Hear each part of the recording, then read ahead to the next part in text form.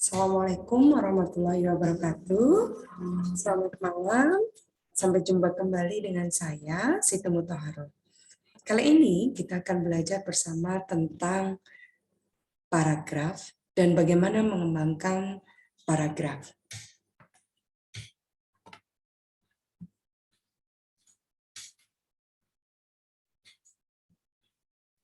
Ya. Nanti kita akan belajar bersama bagaimana apa itu pengertian paragraf, kemudian manfaat paragraf, jenis paragraf, ciri paragraf yang baik, dan juga bagaimana pengembangan paragraf, serta latihan bersama. Pengertian paragraf. Paragraf adalah bagian tulisan atau karangan yang terdiri atas kalimat-kalimat yang berhubungan secara utuh dan padu, serta merupakan satu kesatuan pikiran. Pengertian dari paragraf ini terdiri dari 3 kata kunci, yaitu yang pertama, paragraf ini merupakan bagian tulisan atau karangan, kemudian merupakan himpunan dari kalimat, karena di dalam paragraf itu minimal ada 2 kalimat, dan di dalam paragraf ini ada satu kesatuan pikiran antar kalimat. Manfaat paragraf yang pertama adalah mempermudah pikiran atau gagasan. Kemudian yang kedua, memisahkan dan menegaskan perhatian secara wajar dan normal. Jenis paragraf terdiri dari paragraf deduktif, induktif, campuran, dan deskriptif. Paragraf yang baik. Paragraf yang baik ini yang pertama adalah memiliki kesatuan pikiran, dan yang kedua adalah memiliki kohesi dan koherensi.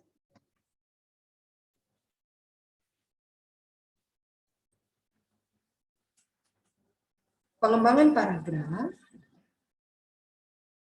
itu ada alamiah, klimaks, kronologis, analogi, sebab akibat, contoh-contoh, definisi luas, perbandingan dan pertentangan tentang. Kemudian yang terakhir adalah klasifikasi. Yang pertama adalah paragraf deduktif. Paragraf deduktif adalah paragraf di mana kalimat utama atau induk kalimat berada di awal paragraf. Ini contohnya, sebuah paragraf ini diawali dengan induk kalimat atau kalimat utama dulu, baru dilanjutkan dengan anak kalimat. Ini contoh paragrafnya. Memang benar masalah utama dewasa ini adalah soal penyebaran penduduk yang tidak merata. Tetapi memindahkan manusia tidak semudah memindahkan barang. Bahkan harus bisa menunjukkan prospek hidup yang lebih baik. Ada beberapa syarat yang harus dipenuhi, antara lain adalah faktor-faktor ekonomi dan sosial psikologis. Faktor ekonomi misalnya daerah-daerah yang baru dibuka harus bisa paling tidak menjamin kelangsungan hidup transmigran. Ini contoh paragrafnya, jadi kalimat utamanya ada di awal. Kemudian paragraf induktif adalah paragraf di mana kalimat utamanya atau induk kalimat berada di akhir paragraf. Contoh pada paragraf di bawah ini, di mana kalimat utamanya ini adalah pada kalimat tanggapan dan sikap terhadap sesuatu tergantung pada keahlian atau kesenangannya. Jadi sebelumnya ini, dari mulai seorang pelukis, seorang insinyur, kemudian lain pula pandangan seorang pemain layang-layang, ini adalah anak kalimat. Paragraf campuran. Paragraf campuran adalah paragraf di mana kalimat utama atau induk kalimat ini ada di awal dan juga di akhir paragraf. Jadi contoh paragraf campuran di sini adalah kalimat utamanya di awal dan di akhir. Contoh ini di awal, tiap bahasa mempunyai sistem ungkapan dan sistem makna yang khusus.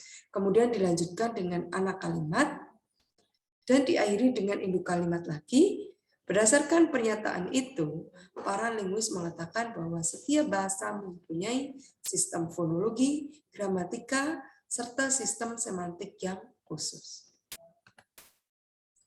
Kemudian paragraf deskripsi, di mana di dalam paragraf ini berisi kalimat-kalimat yang mendeskripsikan. Jadi contoh kalimat paragraf deskripsi yang pertama ini adalah ruang tempat kami belajar berukuran 12 kali 7 meter, tingginya kira-kira 3,5 meter, pintunya ada dua, sebuah sebelah utara, sebuah lagi sebelah selatan. Ini kalimat pertama. Ruang itu diterangi dengan 4 buah neon, masing-masing 20 watt. Daya tampungnya kira-kira 70 orang dan tempat duduk tunggal. Ruang itu dilengkapi pula dengan sebuah meja dosen, papan tulis lebar, dan sebuah bak cuci tangan. Jadi di sini hampir semua kalimatnya ini merupakan kalimat yang mendeskripsikan tentang ruang tempat belajar.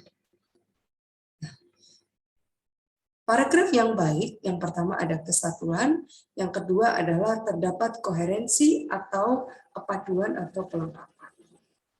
Nah, jadi satu kesatuan, di mana paragraf ini merupakan satu kesatuan ya. Paragrafnya itu terdiri dari kalimat yang saling berhubungan, ada benang merahnya, ya. Kemudian koherensi, kepaduan, kelengkapan. Jadi saling padu, ada induk kalimat. Nah, mengacu pada sebuah induk kalimat.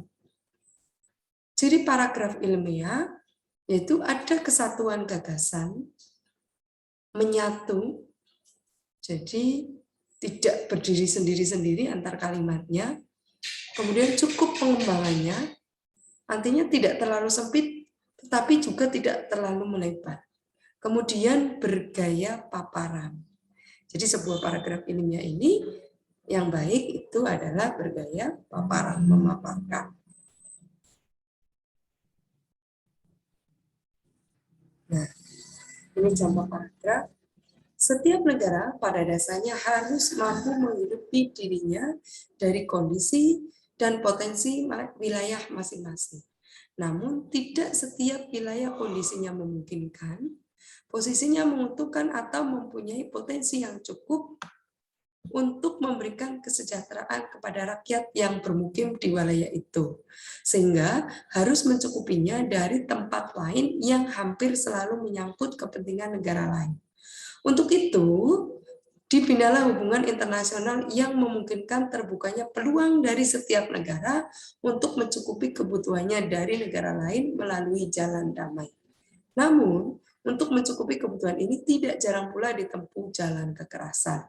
Oleh sebab itu, masalah utama setiap negara selain meningkatkan kesejahteraan negaranya, juga mempertahankan eksistensinya yang meliputi kemerdekaan, kedaulatan, kesatuan bangsa, dan kesatuan wilayahnya. Nah, ini bandingkan dengan keindahan merupakan salah satu dari kehidupan rakyat Indonesia. Tahun ini pemerintah menetapkan sebagai tahun lingkungan hidup. Disarankan agar setiap warga wajib memelihara keindahan serta kebersihan lingkungan. Di sini nyata sekali tanaman memegang peranan penting. Kita sebagai generasi muda, generasi penerus bangsa, wajib dan harus memelihara keamanan pemerintah dan melestarikan lingkungan. Dengan demikian, suasana yang sejuk, nyaman, dan tentram akan dapat terlaksana. Apabila di kota besar seperti Jakarta ini perlu sekali adanya penghijauan untuk mengatasi polusi. Selain dapat berfungsi sebagai penghias kota, juga berfungsi sebagai penghisap polusi. Nah, dari paragraf itu kita bisa lihat mana paragraf yang ada kepaduan, ya, dan juga merupakan kesatuan. Apakah yang pertama atau yang kedua? Kira-kira mana? Nah, kita lihat yang kedua ini. Apakah isi-isi kalimatnya ini saling padu? Nah, di awal di sini belajar menyampaikan tentang keindahan rakyat Indonesia. Hari Lingkungan Hidup. Di akhir di sini menyampaikan tentang kota besar, perlu adanya penghijauan dan mengatasi polusi. Kira-kira ini padu atau tidak? Nah, ya, ini di awal di sini berbicara tentang kondisi wilayah negara. Nah, tentang kesejahteraan, kedaulatan, kesatuan bangsa, dan kesatuan. Nah, jadi paragraf yang baik ini harus padu, harus melengkapi, saling melengkapi. Jadi ketika di dalam kalimat ini tidak padu, tidak saling mendukung, maka ini tidak bisa disebut sebagai sebuah paragraf yang baik. Nah, kemudian ada kesatuan gagasan, yaitu seluruh uraian atau detail penunjang terpusat pada satu gagasan utama. Kalimat-kalimat menggambarkan hubungan dan menunjukkan ikatan untuk mendukung gagasan utama. Tidak boleh ada kalimat yang menyimpang dari gagasan utama. Nah, ini contoh. Dibanding planet-planet lain yang dikenal dalam tata surya, Sedna dikenal sebagai planet terdingin dan terjauh. Menurut peneliti Mike Brown dan timnya, temperatur Sedna mencapai minus 400 derajat Fahrenheit. Temperatur itu sama dengan minus 240 derajat Celcius. Jaraknya juga yang paling jauh dari yang telah ditemukan, yaitu 13 miliar kilometer dari matahari. Jarak itu sama dengan 3 kali jarak matahari ke Pluto, planet yang selama ini dianggap paling jauh. Nah, ini akan kita bandingkan, ya.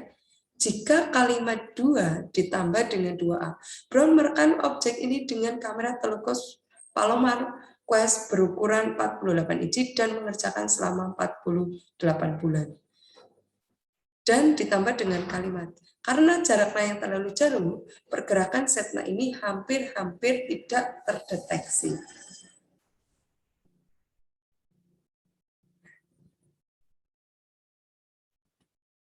Nah, ini akan lebih baik jika ini kalimat ini pada poin 4 misalnya di poin 5 ini jarak itu 3 kali Pluto. Ini akan ditambah dengan kalimat ini.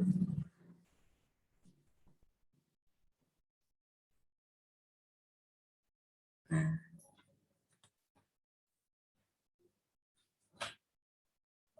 Kemudian kalimat yang kedua ditambah dengan kalimat ini, maka kalimat ini akan lebih baik. Kemudian menyatu. Hubungan gramatikal dan sematik ditandai dengan pengulangan. Contohnya, pamor hidroponik tengah meroket. Kini, total arealnya di planet bumi sudah mencapai puluhan ribu hektar. Dari luas tersebut bisa dihasilkan sayuran jutaan ton per tahun. Itu belum termasuk dari sektor bunga potong yang menyumbang 5 miliar dolar Amerika per tahun. Kata pamor secara semantis ini menunjukkan waktu sampai dengan kini. Kemudian penggunaan katanya ini menunjukkan pengganti hidroponik. Nah, puluhan ribu hektar dan luas, kata ganti itu menunjukkan jutaan ton per tahun. Jadi ini ada hubungan gramatikal ditunjukkan dengan pengulangan. Bentuk lain paragraf di atas, contohnya. Pamor hidroponik tengah meroket. Dari luas tersebut bisa dihasilkan sayuran jutaan ton per tahun. Kini total arealnya di planet bumi sudah mencapai puluhan ribu hektar. Itu belum termasuk dari sektor bunga potong yang menyumbang 5 miliar dolar Amerika per tahun. Nah, itu belum termasuk dari sektor bunga potong yang menyumbang 5 miliar dolar per tahun. Ya, dari luas tersebut bisa dihasilkan sayuran jutaan ton per tahun. Kini total arealnya di planet bumi sudah mencapai puluhan ribu hektar. Pamor hidroponik tengah meroket. Ini bentuk lainnya, ya. Nah, kemudian cukup pengembangannya. Kebutuhan minimal penjelasan cukup sehingga tema yang telah dirumuskan itu tercapai. Kemudian yang keempat adalah bergaya paparan, yaitu berfokus pada pemberian informasi, penjelasan, keterangan atau pemahaman.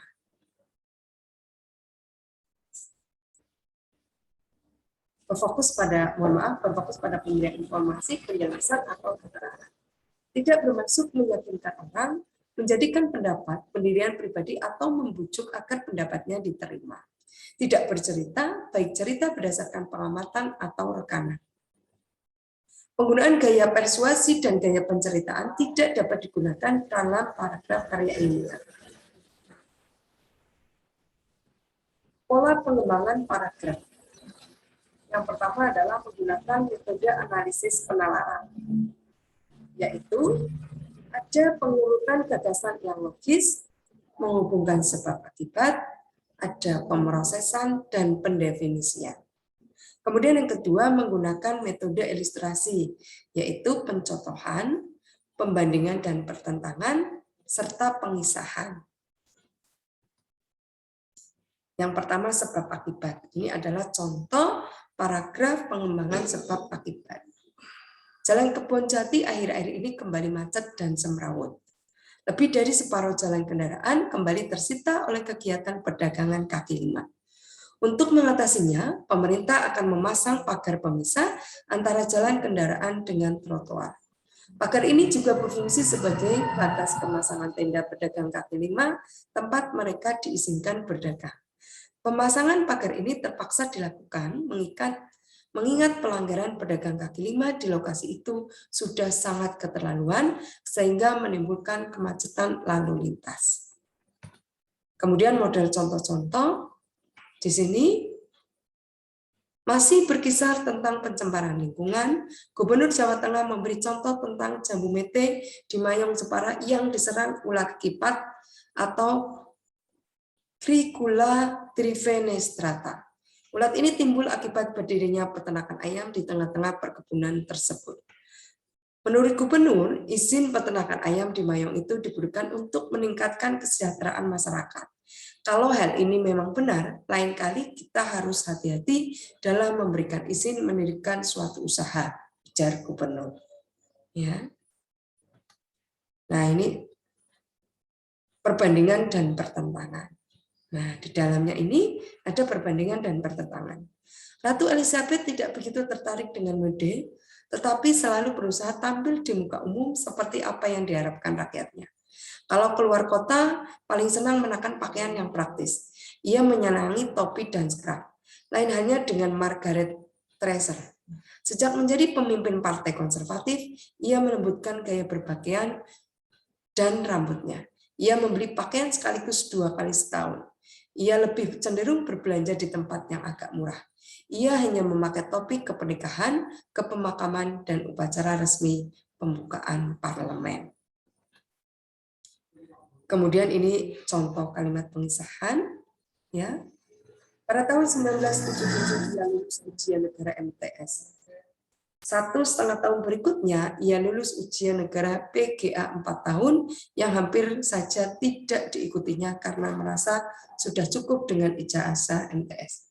Padahal dengan ijazah PGA 4 tahun, ia dapat melanjutkan ke PGAN Kudus langsung kelas 2 pada tahun 1979 dan lulus pada tahun 1981. Ia baru saja benar-benar berniat melanjutkan studi ketika hampir lulus dari PGAN dan diterima pada jurusan Pendidikan Bahasa dan Sastra Indonesia IKIP Surabaya.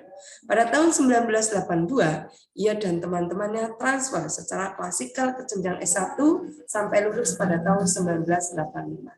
Jadi di dalamnya ini berisi tentang kisah. Nah, ini pengembangan paragraf berdasarkan tekniknya, yaitu yang pertama klimaks dan anti klimaks. Nah, ini contoh pengembangan paragraf klimaks dan anti klimaks. Nanti bisa dibaca sendiri. Nah, ini bentuk pengembangan traktor mengalami perkembangan dari zaman ke zaman sesuai dengan kemajuan teknologi yang dicapai umat manusia. Kemudian dijelaskan di sini. Ya. Kemudian umum khusus. Nah, salah satu kedudukan bahasa Indonesia adalah sebagai bahasa nasional. Kedudukan ini dimiliki sejak dicetuskan Sumpah Pemuda pada tanggal 28 Oktober 1928. Kedudukan ini dimungkinkan oleh kenyataan bahwa bahasa Melayu yang mendasari bahasa Indonesia telah menjadi lingua franca selama berabad-abad di seluruh tanah air. Hal ini ditunjang lagi oleh faktor tidak terjadinya persaingan bahasa, maksudnya persaingan bahasa daerah yang satu dengan bahasa daerah yang lain untuk mencapai kedudukan sebagai bahasa nasional. Ini dari umum ke khusus. Nah, ini ya.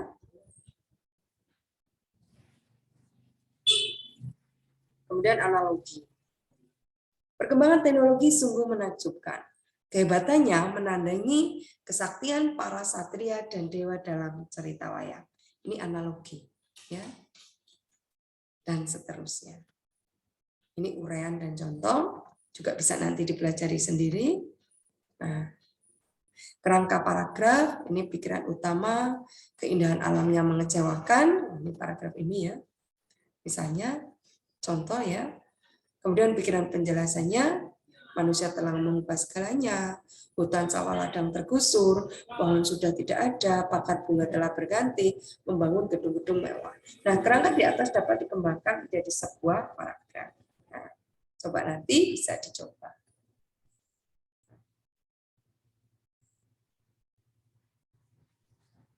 Kemudian repetisi pengulangan tadi juga sudah mulai dibahas ya.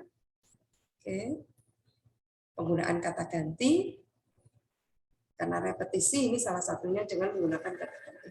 Dengan penuh kepuasan Pak Mafto memandangi hamparan padi yang tumbuh dengan subur. Jadi payahnya ini menunjukkan adanya kata ganti. Ya, hamparan padi yang tumbuh subur ini ya.